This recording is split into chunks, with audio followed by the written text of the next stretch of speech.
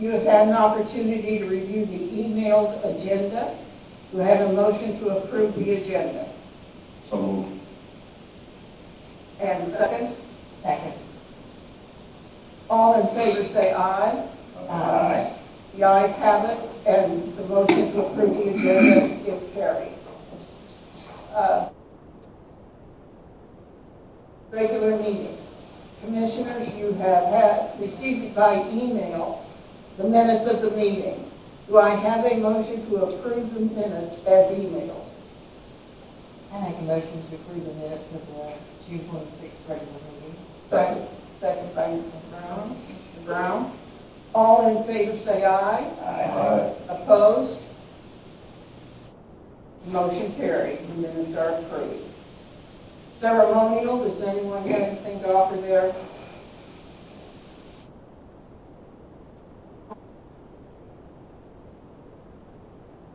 Announcements, okay. We will now hear public comments and for a 3-minute time limit. And Mr. Sullivan.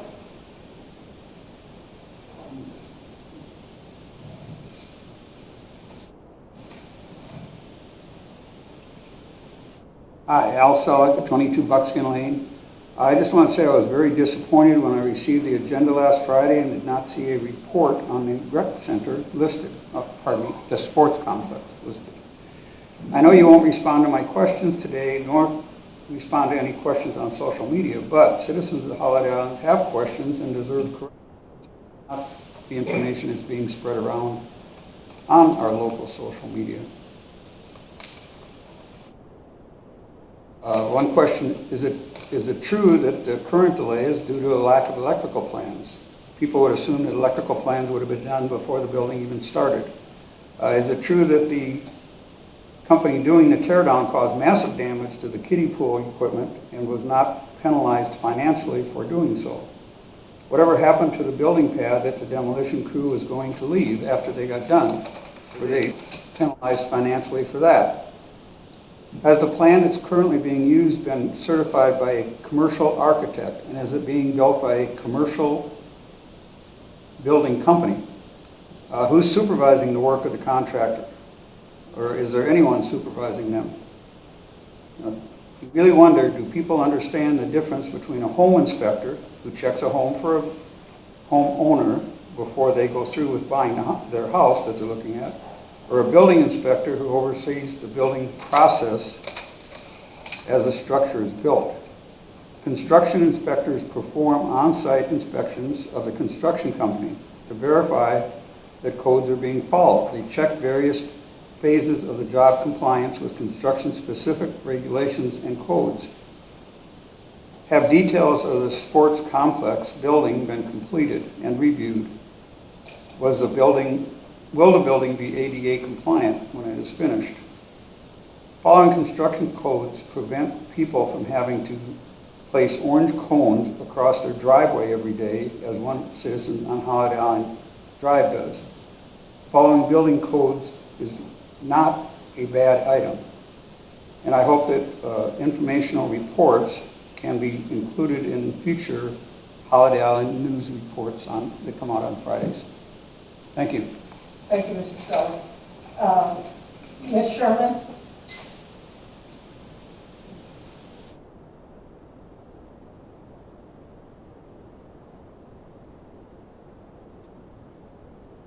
Rebecca Sherman, Wild Turkey Drive. I have two things to point out. One, I've spoken with Ms. Carey personally. I always try to tell people to go to the Holiday Island website for their information. And July was not updated. It says this meeting is June 26th. So that's not now. And I lightly pointed that out to her. My other comment is about, again, in those things called your newsletter, you do a recap of this meeting, and it's done by Chairman Surratt, from Danny Presley. And it does contain information that, you know, I pay attention to. But my point is, that information is put out in a newsletter before you actually, just today, approved the minutes. Press would we have sort of an opinion about that. That's all. It's an Thank you, Ms. observation. Sherman. Linda Graves, or is he yes, maybe? I'll put my question. Thank you. Ben Cisneros, you're a maybe? Here with Okay, welcome, by the way. This is one of the new volunteers, people introducing. That takes care of everyone for the first session, public comments. Report isn't here yet, so let's go on to the second item for remarks. Colin's here. He is here. You snuck in on me. My apologies.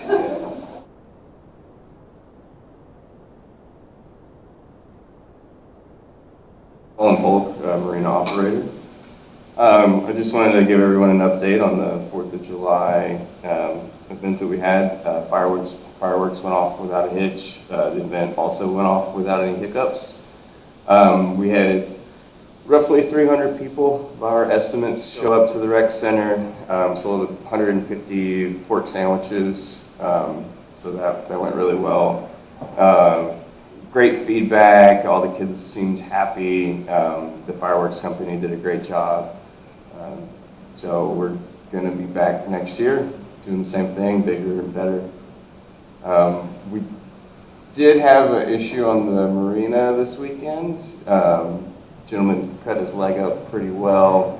EMS showed up in full force, got him taken care of, life flighted him out. But I believe he's doing well. He walked out of there on his own 2 legs, so he wasn't taking it any other way. So I think he's doing all right. Does anybody have any questions? I just want to say personally that the fireworks were spectacular.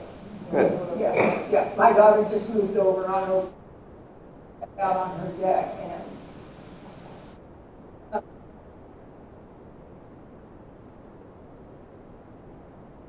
I just enjoyed it. really a wonderful job on the fire. Thank you. the turnout of people up there, I think everybody had a good time.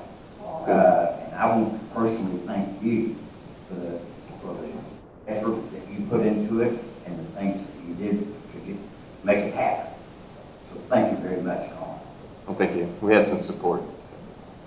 I'd like to echo those comments of Larry and Phyllis. I think it was great. We watched it from on the deck, and one of the best shows I've seen as far as length and duration, color is beautiful. But I think Board of Commissioners and HISID should cooperate and help next year with that. The reason I say it's a great way to get people in the community, and the ones that we've had in the past, a lot of people are from out of town. I don't know how many were out of town this time, gauge that by license plates or whatever, but I think we need to spend money on getting people into the community, sell lots, sell homes, and be a really good. So if there's any way that we're building the budget this fall, if we could cooperate and help with that, I think that we could use more money, some money. Yeah, absolutely. We're already started on plans for next year because we're going to, we kind of took it a little slow this year since this is our first time doing anything like this. We didn't want to make too big a fool of ourselves. So, but next year we're going to, yeah, we've already started. We're going to go to everybody around October and try and get some donations and sponsors set up for next year. So Danny's on my list, don't you worry. Well, I just want to second the fact that we really appreciate your sponsorship and organization of this activity. Don't judge by the 300 people that you saw down at the rec center, because I heard that all of these parking lots were completely full, and that every deck that could see towards the lake was full also. So there were lots of people that enjoyed the fireworks. Yeah, and we had one of our customers took some very nice shots of some boats out on the water as the fireworks were going off too. So there was definitely some people in the water. So that's all for me. Unless you want to throw out something about how the marina's doing and what you got going on there, just off the top of your head, I know you. Oh, it's going really well. We're trying to get some new security cameras out there. Our security cameras are falling apart. They're kind of an old low budget system. So I've been working with Danny a little bit on that. So that's what we have planned for this next month, is try and get that overhauled. Everybody seems all smiles, which is good. Everything's going really smooth this year. Knock on some wood on that one. But yeah, no, everybody's happy, so that's really all you can hope for. Thank you very much. We appreciate your efforts. You have a good day. Thank you, Paul.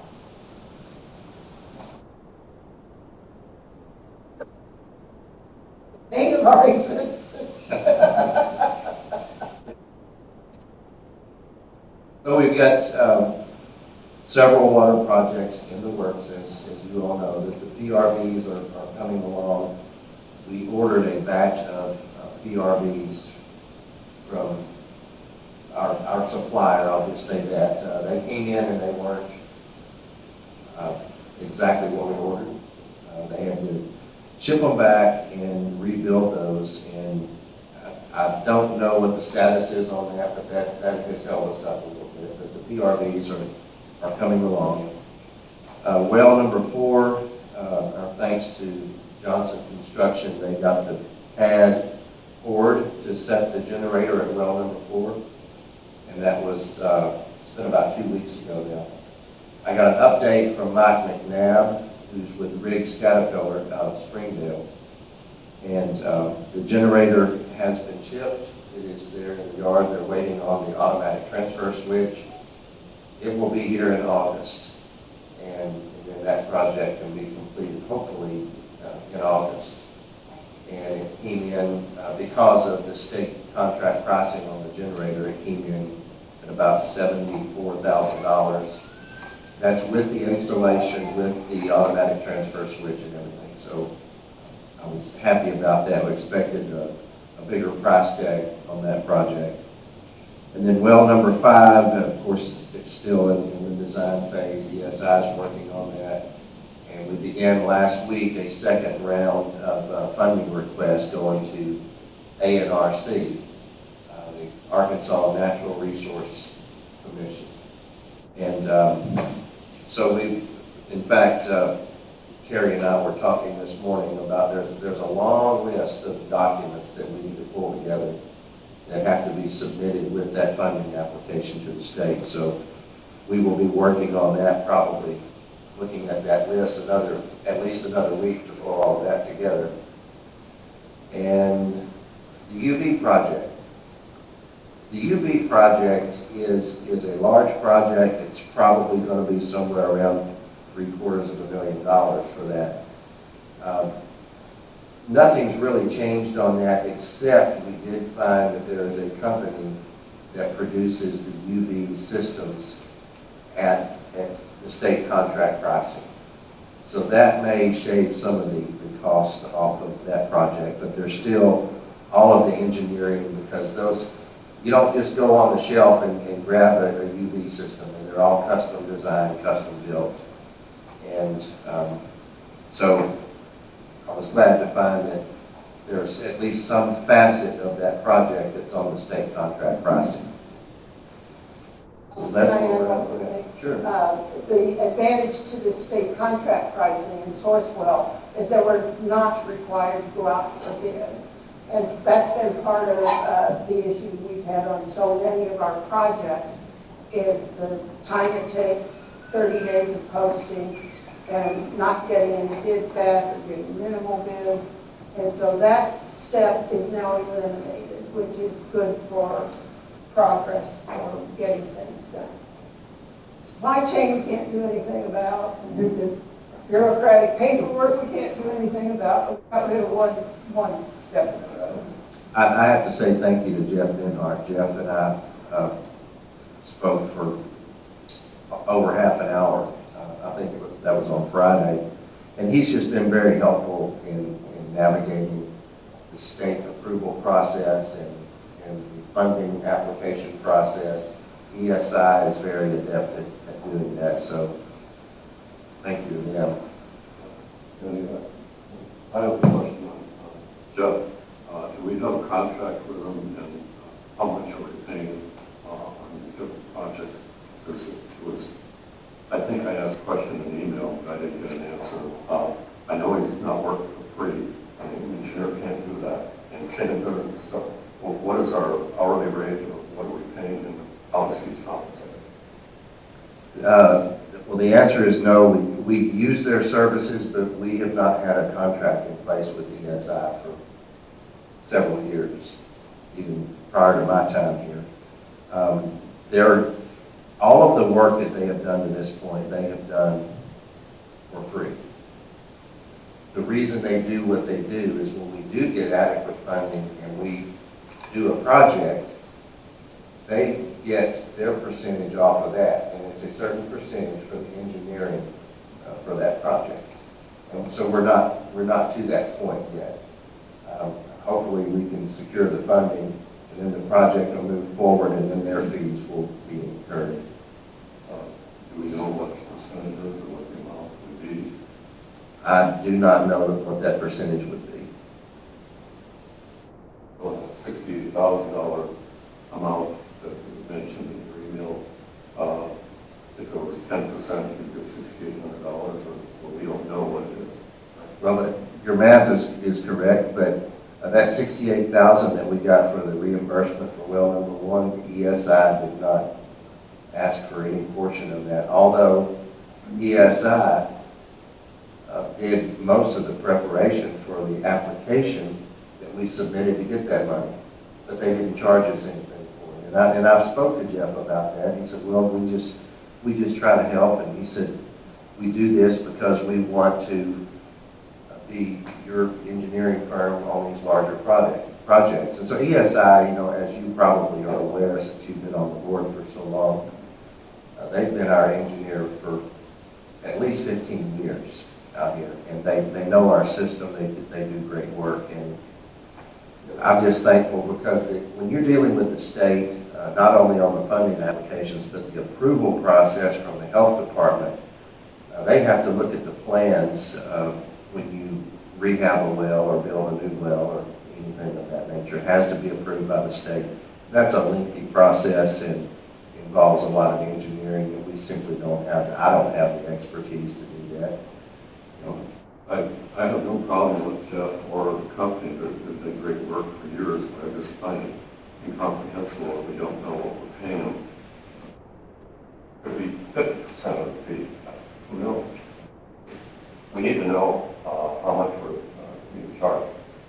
They do have a, in response to your email, I sent that to Jeff and asked about just a standard contract for engineering services that's not specific to any certain project.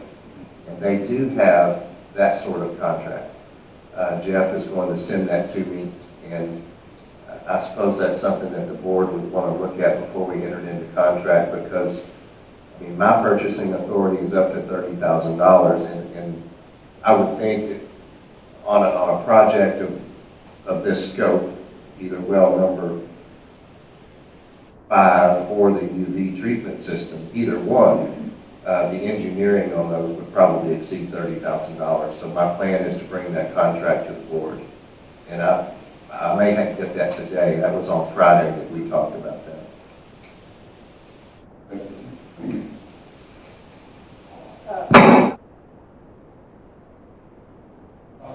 While we're on water projects, just so I don't forget this, then, there is another well that we never talk about. Up here on State Line, directly across the street from that black house that's been under construction for years.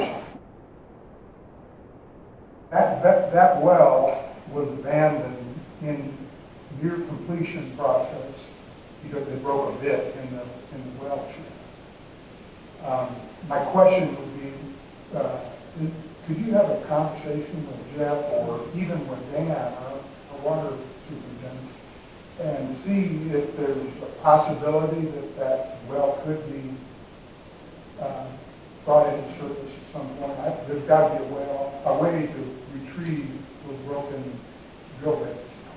And I'm sure they do it in, oil drilling and all kinds of things. So, could you explore that? Yes, sir, I will. About 6 or 8 months ago, I had a meeting with me and Dan Schrader, our director of the water, and Jeff Denhart. Jeff had actually been out here to Holiday Island that day, and they were looking at some different things related to these projects. And we were meeting in my office, and that issue came up.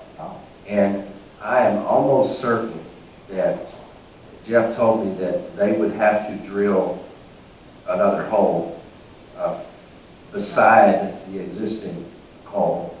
And so basically you'd be starting over, that they couldn't drill in the same spot because the way that bit was lodged down there in the hole. So, but I will double check, but if my memory serves me correct, that's what it would take. You'd have to just go parallel and drill another hole. Okay.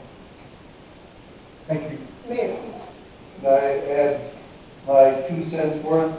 My understanding that the reason that the drill broke was because they were drilling in solid rock and then it broke into a void, like a cave or something. So the drill had nothing to follow. And when it hit the other side, it just walked and broke off. So even if you try to drill right next to it, you're going to have the same problem. You're going to hit that same void and probably break another drill. So you have to know more about what the substructure is before you probably want to try drilling there again. Thank you, Mayor. And I remember you and I having that conversation about that a few months ago. keep it quick, Ms. Sherman. Please. Don't make me just go slower, Madam Chair. I do think Okay. I'm on the sheet. So I think Mr. Presley has answered the question I had with the 7,500 that I think you quoted for Caterpillar. Is that meaning that there is not going to be now for well number 4 a special meeting for the financing? I can answer that. Okay. What I put in the minutes was, if a special meeting is required in order to get the process moving more quickly, we will call one. But we don't have our final pricing or cost yet. We haven't needed a special meeting because there's nothing to discuss at this point. So the We'll number, take care of it at a regular meeting if we can. But if need be, we will call a special meeting, which you will be notified about. so the number out is just another accumulating number. You did a pad. There's been the orders, 74,000 is what you discussed that Okay, would be here in August. okay. That was the final number, but we have not even ended with the bill. Invoice, is that correct? That's correct. So we don't know. Okay. We have not been able. That's the clarity I was looking for. Thank you. Fire department. Chief's bringing us good news and not a bill. I don't think. There's always bills.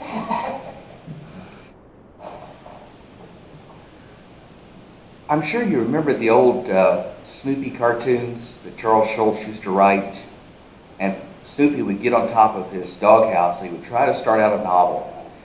And you remember how his novel always started? It was a dark and stormy night. And that's very accurate. About a week and a half ago, it was a dark and stormy night, and Sheila Rice tells me that it was a very bad thunderstorm here in Holiday Island, which I'm sure you remember that was the worst of the several that we received. And she didn't go to bed because it was storming so much. So she was sitting in the living room and she heard this loud kaboom along with a bright flash of light. First thought that crossed her mind was, oh my word, our house has been hit. So she got up and walked around through her living room, the different bedrooms, tried not to wake her husband or the guest that was staying with them. Nothing. So after about 15 minutes and the storm still raging and the water pouring down, which of course makes for good sleeping weather, she decided to go to bed. About the time she laid down, she smelled smoke. So she jumped back up and started looking again, but couldn't tell where the smoke was coming from. So finally she jerked open the front door and fire cascaded out of the ceiling right at her feet at her front door. This was about 4 a.m. in the morning. She called 911. We were very fortunate.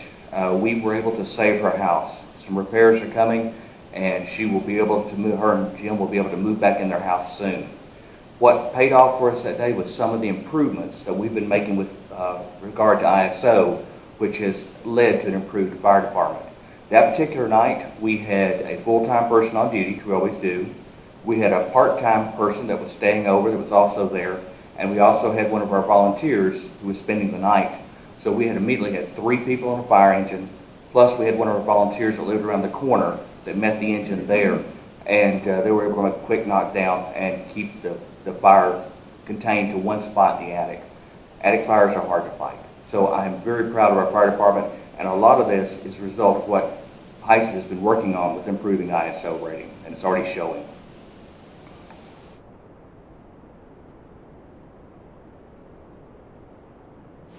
Carrie, if you go to the tab that says slideshow at the top, then from beginning. Perfect. Thank you. For the last several months, we've been working on our ISO rating and trying to update the fire department so we can hold on to our old rating. Just a quick review. We started out last year with a rating test by ISO, Insurance Services Office, who checks fire departments throughout the nation to see are they performing up to speed. For us, our rating was a 5 within the HISID district and a 5X outside in the rural area. That is a fairly good rating. That's about a C. But for a smaller department our size, that's actually pretty decent rating.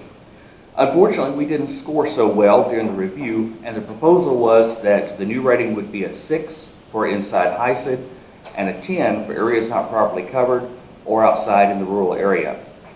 To us, that would be a tremendous black eye because in ISO's numbering, a 10 is equivalent of you don't have a fire department, which we do have a fire department, and I dare say it's a darn good one. So where did they come up with this rating? 40% of that rating is based upon our ability to move water both in HISID and outside as well. 10% of it comes from communications and 911, and then 50% comes from the fire department itself and our abilities. First of all, 911. We have very little control over this because this is run through the county and through the sheriff's department.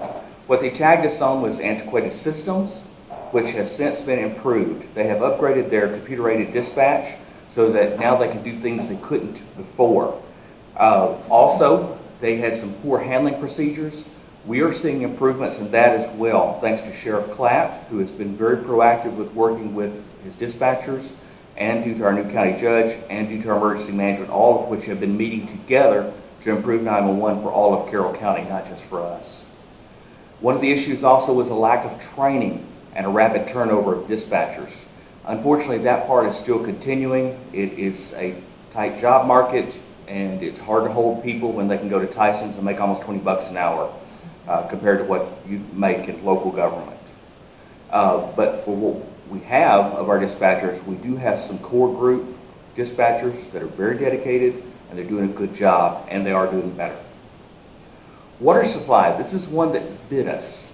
We were tagged because of the small water mains, which we already know about 30% of our water mains are 4-inch diameter mains. We have some issues with hydrants and hydrant supply. And of course, the testing and record keeping hurt us tremendously as well. Also, for our ability to move water where no hydrants are present, we were deemed as fair. For the fire department itself, our personnel, lack of personnel, I should say, our lack of staffing hurt us, as well as our qualifications and level of training, the training that we provided in the fire department. Our vehicles were antiquated. Notice I said were. And we were significantly lacking in adequate firefighting equipment.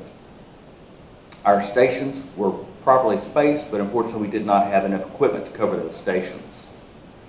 However, things are improving. I bring you much good news. First of all, staffing accomplishments. This was one of the biggies, is how do you improve staffing with primarily volunteer fire department in this day and age? I look at some of the other departments, some of the other states, and I am amazed that we are so blessed. For instance, the other day, Omaha Fire Department had to go help Alpena Fire Department on the edge of Carroll County just to handle a fire alarm because they had no one turn out for their call. Same thing happened on a car wreck near here, that the little resident fire department was only able to turn out one person for a major car wreck. So when we start comparing ourselves to other departments, we are very blessed. Here's the things we've accomplished. One of the items we needed was more part-time personnel. We discussed about having enough people on duty so that we can do the hose testing and do the hydrant testing, because it takes at least 2 people for hydrant testing. And so on every Tuesday and Thursday, we started trying to staff a part-timer. We set the bar kind of high for bringing on part-timers. We wanted them to be professional level, not just people off the street. So all of our part-time personnel are EMTs and qualified firefighter 2, with the exception of one, and she has completed the program. She just has to test again to finish it out. So all of our part-time and full-time personnel meet or exceed the qualifications for a career firefighter. When we started the year, we had about 10 volunteers. As best we could tell, the records were incomplete. We were not real sure who was on the department and who wasn't.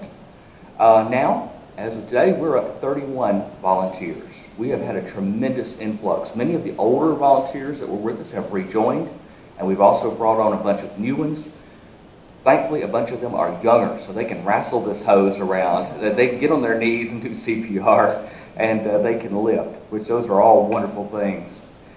One of Mr. Presley's ideas that he presented to me right when I joined was, can we do like some other fire departments and start arranging for our volunteers to actually stay at the station so we get them to the scene faster, they don't have to come from home? Because that was one of the things that ISO pointed out, was a volunteer firefighter on call from home only counts as 1/3 of an actual firefighter. However, you take that same volunteer and you put them at the station, even though they're a volunteer, they now count as a full firefighter. So he suggested, why don't we do like some other cities have done, and let's get our volunteers to staff the station. So we set up some incentives for them to make it a little worthwhile, to pay for the meals they're going to miss, to pay for uniforms, since we don't quite have the money to pay for all the stuff they need. And I admit, I was a little skeptical, but it has gone wonderfully. As a matter of fact, volunteer staffing now covers the station 60% of the time. Like the case of the Berkamo fire with Sheila and Jim Rice, we had a volunteer at the station. Last night, we had 2 volunteers that spent the night at the station.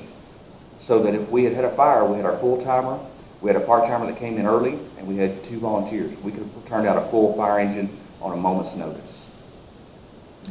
Another item that we have tried and are starting to fly with is the resident firefighter program.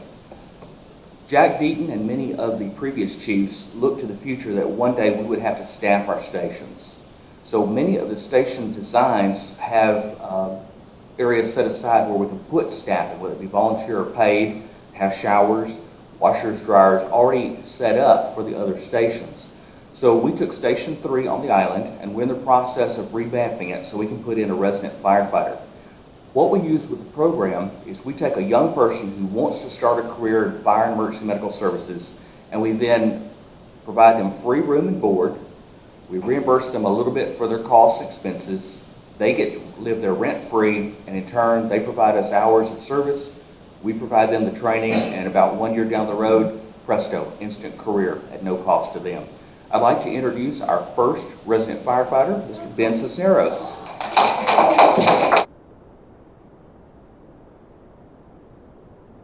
We're also blessed to have Ben because he's fluent bilingual with Spanish. We have a growing Spanish and Hispanic community on the north side of Holiday Island. I'm hoping that through Ben we'll have better communications with them, and maybe we can start recruiting from that community as well. In the statistics I pulled from last year, on average, we only had 2 people show up for every call, whether it be a fire, car wreck, medical emergency, only 2 people, which is not quite enough. Our statistics so far this year, with the influx of new volunteers and improvements, we have doubled. We are up to 4 people per call, and that is a tremendous success. As a matter of fact, the picture on the right, I'm going to brag just a little bit. That was one day we had 4 people out training and loading hose on the engine. Those were our 4 that was staffing the station that day. On the left, hanging on the side, is Lenora Martin. She's a part-timer with us and a full-timer with the local ambulance service. She's a captain at her own volunteer fire department. In the center is one of our new rookies, Maddie Kennedy. She has 2 years of nursing college, decided nursing was not for her. She wanted to go into something more fun like emergency medicine. On the far right, where the sunglasses, that's Lacey Davis. She's an EMT. She's enrolled in the paramedic program at Harrison. She spends considerable time staffing our station. On top is another part-timer that we picked up from a full-time department that's been helping us out. That's Joseph Allen, who is also a professional firefighter and EMT. So with this kind of staffing, we are doing much better on handling our calls. Of course, there's always needs. There's always going to be needs. Fortunately, those needs are not so great anymore. One of the things I would like to consider for the next budget, if we can find the money, is 3 full-time people. The things that we need is to always have at least 2 there when volunteers aren't present, especially during the day when most of our volunteers are at work, taking care of grandkids, playing golf, going to medical appointments. If we could make one of those an assistant chief to help cover during the weekday, that would take a load off my shoulders. I am the department secretary, receptionist, head bathroom cleaner, and chief bottle washer at times. Also, we're in need of a fire inspector. This would help with our ISO points if we could have a full-time fire inspector that could work jointly with the city of Holiday Islands and their inspectors. Since our fire stations already have the ability, I think we would gain much by expanding our resident firefighter program and bringing in some more young people to our community. Also, with our increased staffing, of course, we need a little bit more equipment than we originally planned for. Fortunately, we have been given money by our rural board to help gear up some of our firefighters. Our auxiliary has been helping. They bought several $100s worth of new traffic vests just recently for us. And we also have need for radios as well. Ben, can you hold your radio up for me, please? Notice the tape on his radio? So we're going to have to start replacing radios with the new digital system as well. So all of our firefighters will have them. We have some accomplishments in the training area as well. Again, all of our paid personnel except one are firefighter 2 and EMT certified. Our volunteers and paid personnel meet all the federal standards that are required for Homeland Security and DOT. A lot of those are online classes. It's a little monotonous, but our volunteers have been knocking those out. We have started training with neighboring departments with Inspiration Point, Eureka Springs, across the border with Eagle Rock, and that also not only gives us ISO points, but helps us better work with our neighbors. We have started a new hire orientation program, which was one of the things we were dinged on, that we try to bring each part-time person now does 3 12-hour shifts of orientation riding with each of our full-timers to learn how to operate the equipment, operate the radios, learn how we do things. We have been seeing increasing participation in our training as well. We've increased access for our volunteers. We now have scheduled monthly training.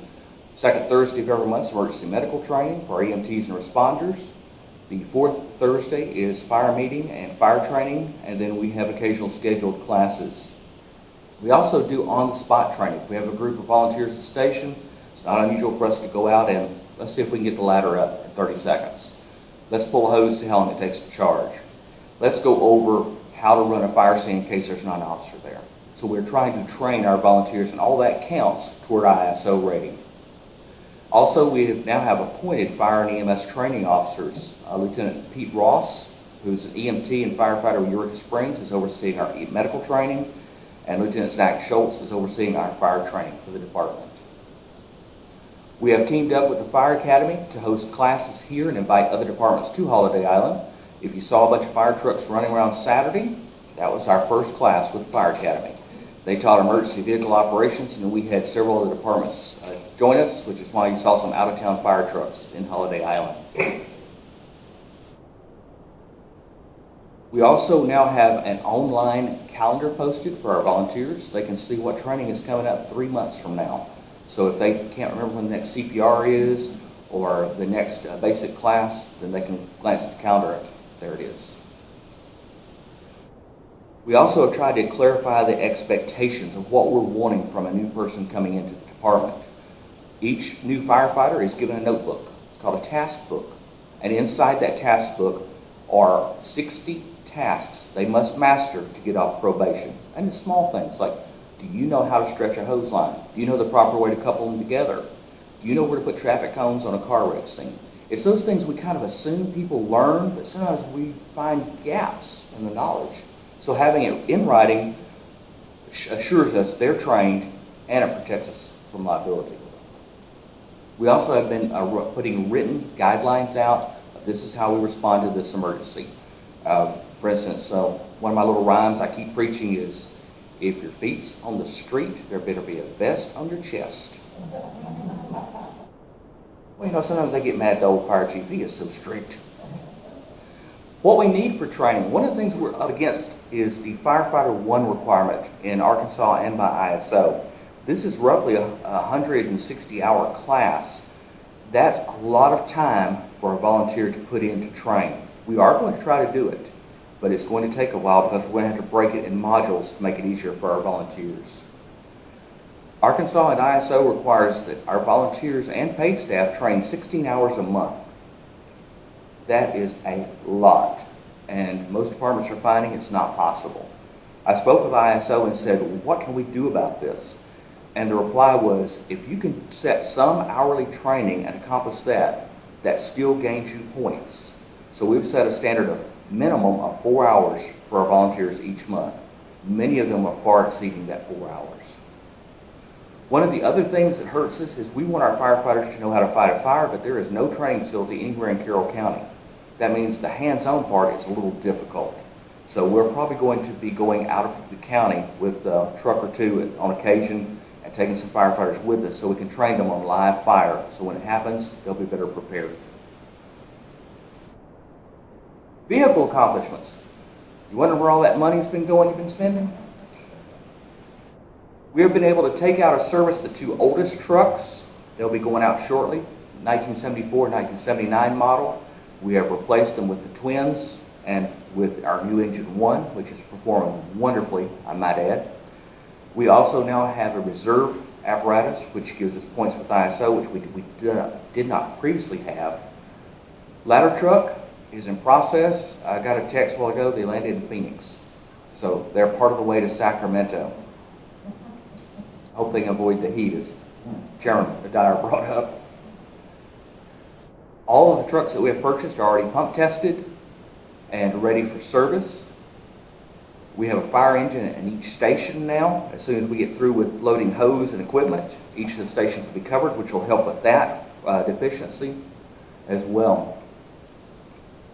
Our vehicle needs, we still have equipment we can't get. A lot of it's loose equipment that's been back ordered. We have had to part and piece from different manufacturers, different providers, different vendors to be able to get the things we need.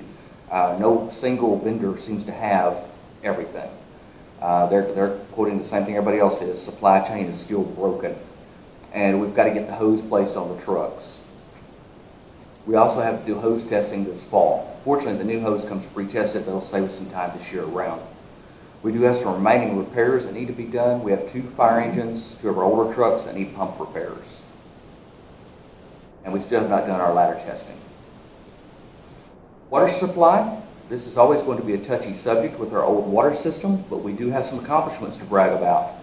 We have a full database built up. The water department has access to it. It is cloud-based, so if they're out in the field and they need to make an entry into a fire hydrant's been repaired, they can get on and do it. If one of our firefighters is testing a fire hydrant, finds a deficiency, he can put it in right there on his phone, and the water department can see it as well. We did start the flow testing this spring, and we have been documenting the need for repairs and sending them over to the water department. 3 grants have been submitted for tankers, one through the rural fire department, one through FEMA, and thanks to y'all's vote a couple of months ago, we have submitted one through Arkansas Forestry for additional tankers so we can move more water in the event of a hydrant failure or area not covered. We have also been teaching our volunteers, yes, it's in town, yes, we have hydrants, bring the tankers anyway. We just might need them. So that's been happening. On the Berkamo fire, we had a tanker parked at the top of a hill in case the fire hydrant didn't work, which it did. It worked fine. Also, we have automatic gate agreements set up now, which will be going into effect for our dispatch shortly. If we have a fire, the surrounding departments start this way with additional men and tankers. Now remember, we're kind of a split department. We cover both rural, Beaver, and HISID. It's all one department, but what happens out in the rural area affects our rating in the city, and what happens in the city and in the district affects the rating in the rural. So the city of Beaver jumped on board and tried to help us. They have a well of their own that they were willing to rehab. That has been accomplished. They put in a new water pump for us. They are trying to get a storage tank connected to it with a fire hydrant connection so that if we have a fire in Beaver, one of our tankers can back up, refill off the tank, take off, and while they're gone, the tank refills itself. They're waiting on that part, but the well part has already been accomplished. The rural district has been kicking in assistance as well. They've been working with the city of Beaver on adding to our fire station so we can put trucks there in Beaver. The current station is so small we can't back any of our modern trucks in there. We have a quote for a replacement fire station, which rural is willing to foot the bill for. And again, one of the tanker grants is through them. Water supply needs. When we started testing our hydrants, we hit a wall in a hurry, unfortunately. Out of the first 10 hydrants we tested, 5 failed. We also blew a water line. This was up in the north end of State Line. We made contact with Mr. Presley and with Dan Schrader for the water department. We had a sit-down meeting on it and finally have, for the moment, have thrown up our hands. Every time we test something on the 4-inch line, we blow a line. That creates issues. It's been recommended that we not test the hydrants on the 4-inch line. That scares me as chief because we need to know if those hydrants work or don't work. And I'm sure that will scare residents as well, unfortunately. The problem is it's just not feasible to go in and replace all the 4-inch lines. I mean, that's, unless we won the last Powerball when it was up to about $1 billion, it's just one of those things we're going to take care of a bit at a time. We're going to test the rest of the hydrants. We realize this will hurt us with ISO, but at least we can show some progress and some movement on this issue. At the moment, we have 6 hydrants that are pending repairs. Some are small repairs, some are replacements. Some miscellaneous things that ISO mentioned that we could do to help with our rating was pre-planning for fires, pre-planning our buildings. That's accomplished. We now have a map book in the truck that has breakdowns of like the Sunfest Market, various big buildings, the assisted living centers, where we can tell what's in there, where the fire alarm systems are, where the water connections are, where we can get in quicker. Also, those plans are also available on the cloud so that we can download them on the scene. Side effect of this that has really helped is now when somebody wants to hide a key somewhere but doesn't want to tell anybody where it is in case there's an emergency, we can actually put it in our system and get on scene, and we can pull up Miss Mary's key is under the ceramic dog on the back porch. Miss Mary's going to have to move her key. We improved the filing system. That was one of the things I think that lost to some of our paperwork. And we now have emergency reporting system software for running our fire department, handling our reports, and our database for our fire hydrants. Some small things that we need for more points. Fire inspector, those are, if we get a good fire inspection program, those are bonus points for ISO. We need to finish revamping our electronic file storage. I have an IT guy coming next week to help with that. And of course, we need to continue to go through our filing cabinets and find what's missing. In short, your fire department is much, much better off than it was at the first of the year. We have some wonderful people, tremendous support from our community, from the city, from Beaver, from our rural board. And if it wasn't for you folks pitching in like you have, especially throwing some money our way to help us out, we could not have done this. I appreciate you and I thank you. Can I answer any questions? Chief, I have a couple of questions. One is, how available are your firefighters to do, like, let's say there's a big pile of trees on the lot, and they want to build a home, to build one up at your house, are they available, are your firefighters available so they don't catch a bunch of grass or trees on fire, to manage a fire? We have offered to check any of the piles. We have contractors call us frequently and ask, what do we do? We need, we've cleared a lot, we need to burn it, what do we do? And often we'll go out and talk with them and look at it. The number of requests exceed our ability. We get about 10 to 20 burn requests per day, not all for piles, but I want to burn here, I got leaves to burn. And mixed in with that are some of these big piles. But we do inspect the piles on request. If there's a particular hazard, we'll stand by with the fire truck. For liability, we do not burn the pile, but we will stand by while the contractor or the property owner burns it, and we will assist them. Another question, real quickly here. I noticed you had a picture of Captain Tom. Is he a captain, Tom Winters? Is he a captain, Tom Winters? No, he's not a captain, but he is over our rope rescue program. The gentleman can tie knots like he's amazing. Yeah. He'll be talking and tying knots at the same time and not even looking down. So he oversees our rope rescue program. What type of officers do you have, and can they replace you if you're not available? Yes. Right now there are several that can replace me. Let's say if I get the flu next week, God forbid. I have Lieutenant Schultz, who has already filled in for me while I was on vacation. Leonard Walton, though he's not yet an officer, he has captain's and chief experience from Houston. I would feel very comfortable with him stepping in. Also, Lieutenant Pete Ross, he's well known in the department. He could step in at a moment's notice. So yes, we have 3 people to fill in. Good. Last question. You've done a great job here updating. Sure. When you get a 911 call, there's a medical emergency at a certain address, what can your EMT people do responding versus what the Eureka people, and they send them an ambulance 15 minutes later? That's a very good question. In Arkansas, there's 2 levels of service. There's what they call basic service, which is what we provide, and then advanced service, which is what the paramedics provide. We can control bleeding, defibrillate, do CPR, stop, help with the respiratory problems, apply oxygen, assist with medications like if someone's having an allergic reaction, we can use an EpiPen. Anything non-invasive falls in our purview. If it's invasive, it falls in the paramedics' purview, such as IVs or pacemakers or medications that require IV access. Does it work out? Of course, we see Rick coming all the time, and working out since you've been chief, that they're working that system up 15 minutes away, 20 minutes away. It is working. Since they're dispatched at the exact same time we are, by the time we arrive on scene, usually within about 5 minutes, they're already 5 minutes into the trip up here, which then leaves them only 10 minutes away on average. It is working well. And who makes the decision to call a helicopter?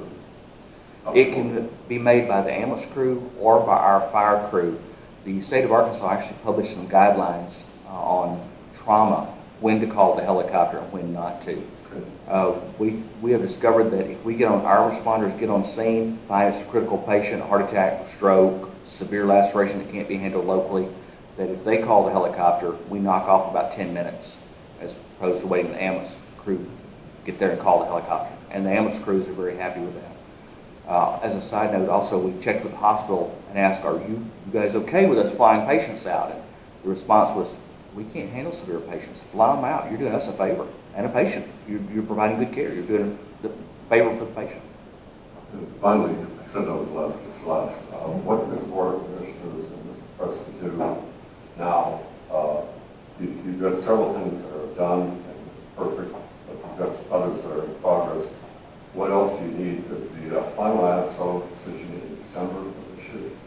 I'm not sure whether they're going to wait until the first of the year or not. They contacted me for the midpoint 2 weeks ago.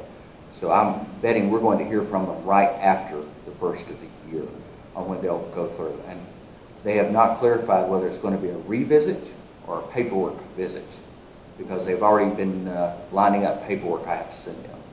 Are they pretty, you said in progress and working on it, are they pretty, working with you pretty well on these things that they're working toward? Yes, Mr. Koppel's been very good about answering questions that we may have. ISO has said repeatedly, if you have anything you don't understand, let us know. They've given me a copy of their most recent manual that showed that reads like Japanese stereo instructions at times, but it does help tremendously. You don't need any more money from us then? There's a need, but I believe we're going to see a sharp decline in that. Well, 30 miles. It was a dark and stormy night. Thank you. Chief, I have a question. Is Yes, Carroll sir. County, the county itself, are they doing anything to assist as far as helping with equipment, emergency equipment, number one, or number two, any type of tankers or any of this kind of stuff? They have helped. The county received a very large grant for radio communications for the whole county. So the new antenna that's going up by the helicopter at Helicopter Park, that whole radio system is being paid for by the county. Only part we have to, and they're also providing some radios to us. The part that we have to cover for that system is we still have to purchase some of our own radios. But yes, they are kicking in some assistance. As far as monetary help direct to the fire departments, very little, unfortunately. Thank you. I just want to express my appreciation and compliments for the work that you've accomplished in the time that you've been here. I think little did we know that there were so many things that needed to be taken care of. But you have really worked on this and gotten it really shaped up, and thank you for this interim report that's happening. I think it helps all of us. My pleasure. Thank you. I'll be requesting vacation this fall. Thank you, Board. Thank you so much, Chief. And Ben, it's nice to have you with us, and I hope this program works out well for you. Gracias. Mr. Saleh, quickly, please.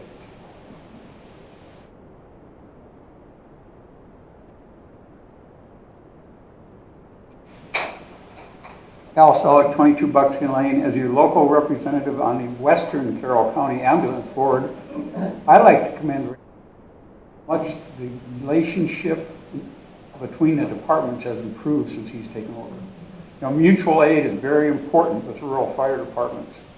And I would just have to say, before Randy was here, there's not a feeling between the other chiefs that they could depend upon aid from Holiday Island, and some of them were reluctant to aid Holiday Island because of that.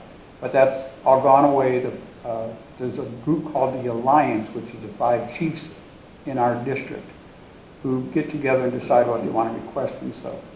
The ambulance board doesn't have a lot of money to give them for expenses, but we have about $50,000 we split up between the departments for small additional supplies. And also we review each month, or every 2 months, all the calls that have been made, which Holiday Island, of course, has the vast majority, but the times are very good, especially in the number of responders for our department compared to other departments is great. So thank you, Randy. Al, will you tell us again the organization that you're with? Just repeat it one more time. Western Carroll County Ambulance District. Thank you. We're appointed by the county judge, and there's one from each district, one from each department in the district. And then your 2 mil tax that you pay on your county bill every year goes to the county. The county sends the money back to us, and we pay 85% of that money to Eureka Springs Fire Department for their ambulance service, and the rest of it we split up between the different departments. Thank you very much for clarifying that. We appreciate it. We appreciate it. Well, you $20.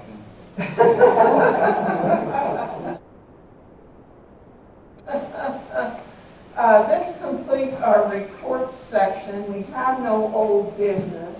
And I would like to take maybe a 5-minute break before we get started on our new business, which may be relatively lengthy. So let's take a quick break, stretch our legs, and it's 10:02, try and be back here by at least 10 after. So, thank you.